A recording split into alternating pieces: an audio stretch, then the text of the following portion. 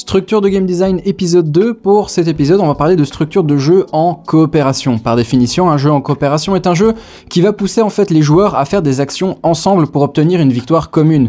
L'ensemble des joueurs en fait gagnent ou perdent le jeu. Que ce soit les jeux de rôle ou certains jeux d'équipe ou les jeux coopératifs, en fait sont des jeux considérés comme plus accessibles car les jeux en coopération désamorcent les rapports intimidants que certains jeux compétitifs notamment peuvent imposer de par leur cadre.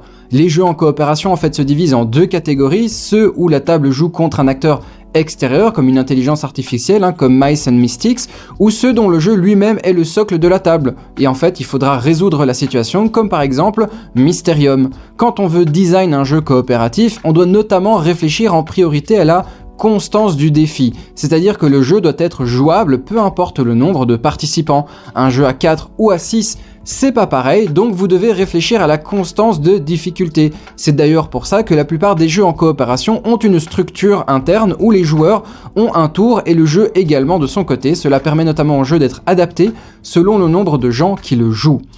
Un des grands soucis qu'on rencontre dans les jeux en coopération, c'est le concept de quarterbacking, ou plus communément appelé le backseat. C'est le moment où un joueur ou quelqu'un dont ce n'est pas le tour va tenter d'intervenir au tour d'un autre pour lui conseiller, entre guillemets conseiller de faire ce qu'il lui dit, et donc de ne pas jouer sur ce qu'il avait en tête à la base. En opposition, des jeux comme The Mind jouent sur cette rupture de la communication entre les joueurs pour éviter d'avoir ce genre de situation. En tout cas, le boom des années 2008 des jeux coopératifs a pas mal d'avenir devant lui car chaque année, de nouvelles structures de game design font leur arrivée sur le marché.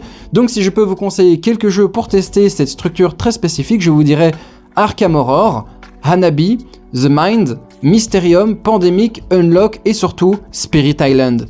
Abonnez-vous!